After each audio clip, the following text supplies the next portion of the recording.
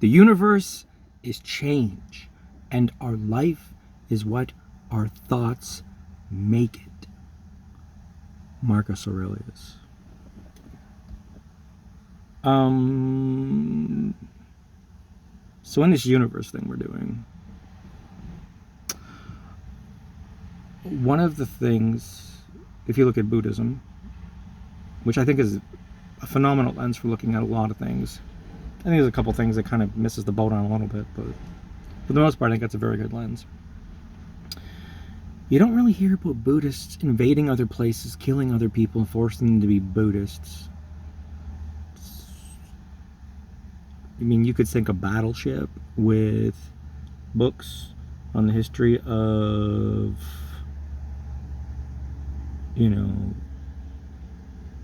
ideological concepts like Christianity or Islam or communism, or like a hereditary rule and divine right of kings, shit like that, where you could sink fucking battleships with books written on people using their ideology as an excuse to commit violence against other people, to convert them to their ideology.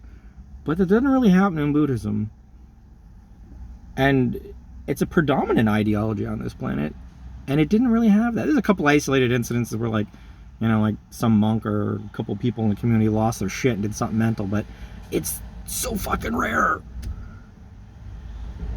that you gotta get to the point, I would think, that they're onto something.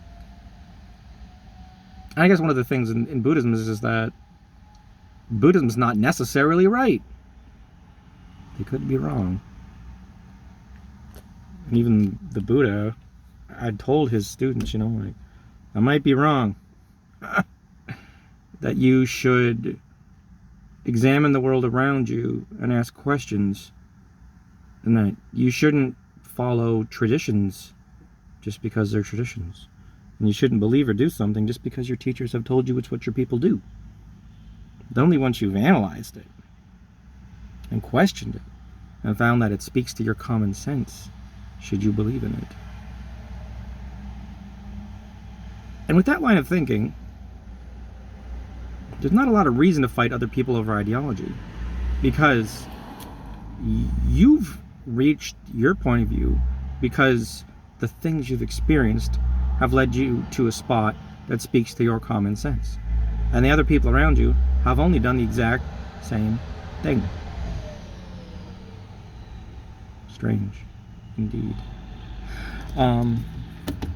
Which is also allegedly what the Buddha had said to the people around him when he realized that he had experienced enlightenment, whatever that means. Another ambiguous term, like fucking God and bullshit. People want to argue about it, but let's just say it means awake.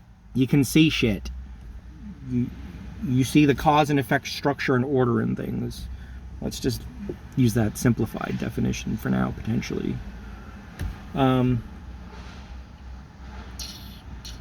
So if the universe is change, and our thoughts make our life what it is, and this same concept has been echoed between so many fucking philosophers and ideologies, that it's what I would call observational commentary, right? So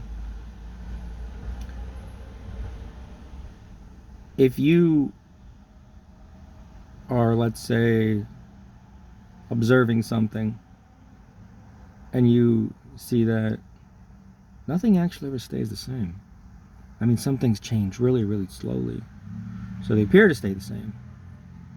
But the entire universe and everything in it seems to be dynamic, always changing. And you can say, well, I'm a Buddhist philosopher, so I call that Buddhism. And somebody on a different part of the planet that's never heard of Buddhism can sit there and be like, nothing ever actually stays the same. Let's say they're a Stoicist, so they call that Stoicism. I'm sure, I haven't really gone through, St. Thomas Aquinas or shit like that, or But I'm sure somebody like him, who's probably a Christian philosopher, probably said something similar. It's observational. Nobody owns the realization that the universe is change. Because it is change. You can't own nature. If you're Monsanto, you could try and patent it. Anyway, that's a different topic. So, in Buddhism, one of the things that we all have in common is that we're all going to suffer. So, in cause and effect driven universe, you can say, well, why do we suffer? Well, there's a lot of reasons. The Buddhists came up with the term, I don't know if they invented it, but I've read it in tons of Buddhist books. It's one of the cornerstones of their philosophy, is impermanence. And is that everything is changing all the time, and it doesn't stop ever. You hear a lot of the same ideas in Hinduism. And I mean, if you listen to Alan Watts, Buddhism is just Hinduism 2.0, chopped down, repackaged for export. And it's the failure to understand and accept the fact that everything is in a state of constant flux that causes a lot of our suffering. So, I love coffee. I drink a lot of fucking coffee. I shouldn't. It's not good for me. But I do it.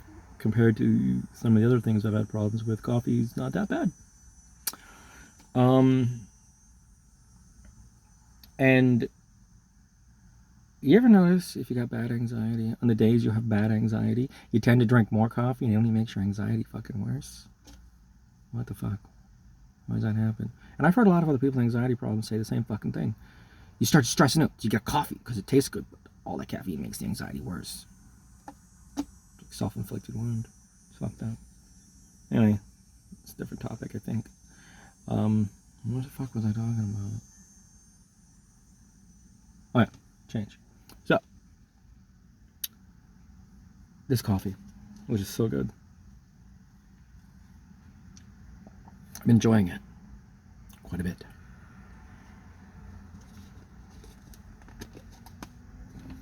It's about that much left. And before long, it'll have less than that, and then less than that, and then less than that, and then less than that, until it's gone. But I'm not going to sit there and be like, oh, my coffee's gone. Sigh. Because I have no problem accepting the reality that this coffee is in a state of change. And before too long, it's gone. The same thing applies to everything. So, something happens, and it's just like it's a phenomenon within the universe. It's a something. It's a thing happening. And that thing happening makes you feel good. You know. Maybe you're out at a bar or restaurant you enjoy, and a person that you find to be attractive or interesting is with you, and you're having a great time. And then, you know, something comes up and you need to go. And you're going to be like, oh, I was really enjoying that. But the feeling of joy that you're feeling inside, that's already within you. There's nothing magical about that bar or restaurant or that person necessarily that created that feeling for you. It's already inside of you. Certainly the things around us can stimulate it, but that feeling is already there. You're relying on outside phenomena, and again, I'm not above this shit. Not at all. I'm not enlightened. There's nothing about that creates that feeling. It's a stimulation. It's a visual. It's It's an olfactory sensation. And then that ends. So then you think that the satisfaction or the joy or whatever you're feeling has to go away. But it doesn't have to go away. It can change.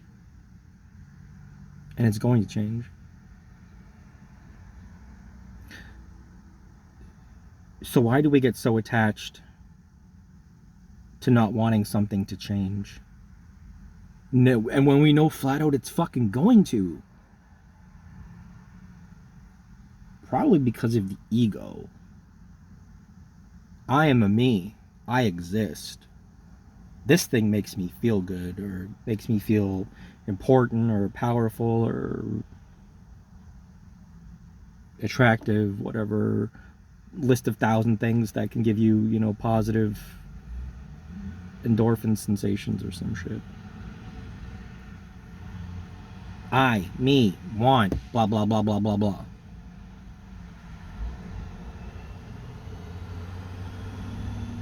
I mean, like, these philosophers were talking thousands of years ago about how everything is change. Everything is driven by change. And our response to that change is what we make it to based upon the shit in our own minds. And thousands of years later, I don't think all that many of us ever learned the lesson.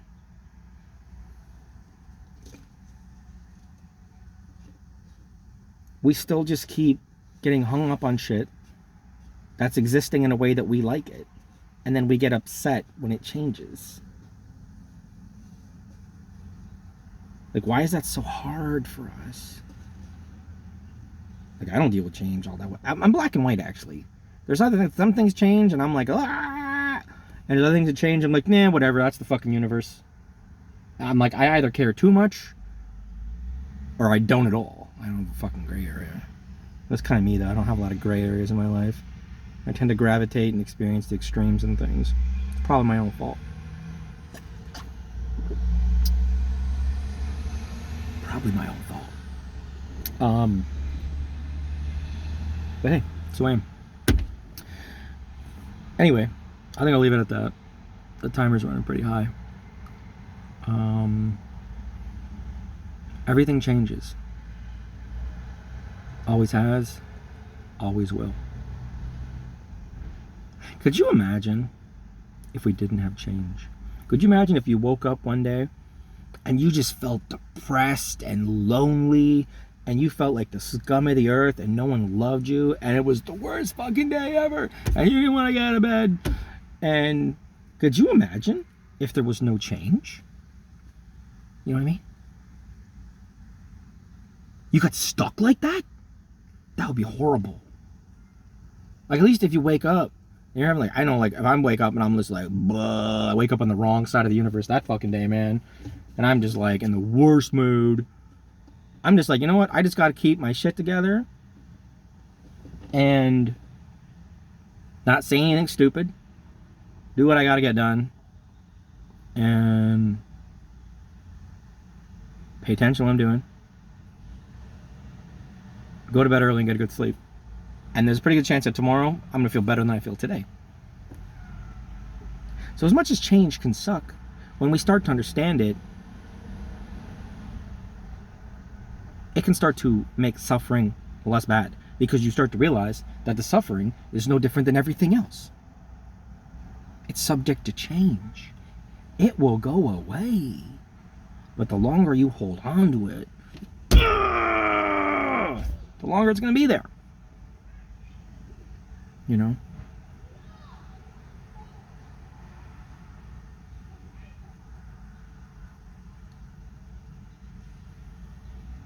We'd be fucked if things didn't change.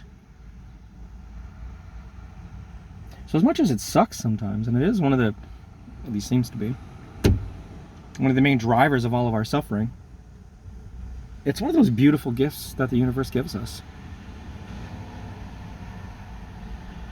Is the fact that things will change. And that gives us new opportunities to adapt and learn and change our behavior. It gives us new opportunities to learn to try and love everything. New opportunities to try and understand and have compassion and understanding. And in a world where we have more compassion, understanding, and wisdom, it's a lot easier for us to relate to the things around us. And the more we can relate to the things and the people around us, the less we have to fight about, because we get to the conclusion that we probably have a lot more in common than we do in difference. And if we can see that we probably have a lot more in common than we do in difference, the differences would probably matter a lot less than they do, you know? It's like Bill Hicks had said something, I forget the exact quote.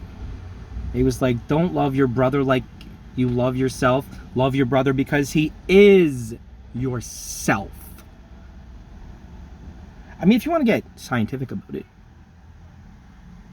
and you get into this whole Big Bang shit, everything in the universe started out as an infinitesimally small point and just exploded into all this fucking crap. And then the crap kept fucking changing, and there's nuclear fusion, and it burns fucking super hot, and that causes the atoms to fucking move, and then they start smashing into each other, and all this fucking energy gets released, and then they fuse into newer, heavier elements, and then the star stops producing enough light elements to keep itself expanded with the gravity, and then it turns into a fucking ball of lead, and then it gets too fucking dense, and it collapses on itself, and it fucking explodes, and it throws all this fucking shit out, and then gravity recoalesces, and it forms a new solar system with more complex elements, and then bada bang, bada boom, you get a fucking planet that's like a fucking rock and water and gas, and then some microbial fucking enzyme shit fucking comes into existence, and over a couple billion years it evolves into some asshole sitting in a parking lot drinking a coffee talking to you over the fucking internet. That's the beauty of change, kids. And everything that's happening, past, present, future, all the way over there, all the way over there, everything in here, everything there, all the same. It all came from the same fucking thing. It's just in a state of change. I am you, you are me. I am that tree, the tree is me.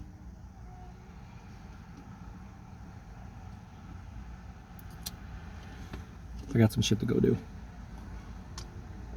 Dog needs to piss. Please be a student of your own karma. Have a good day.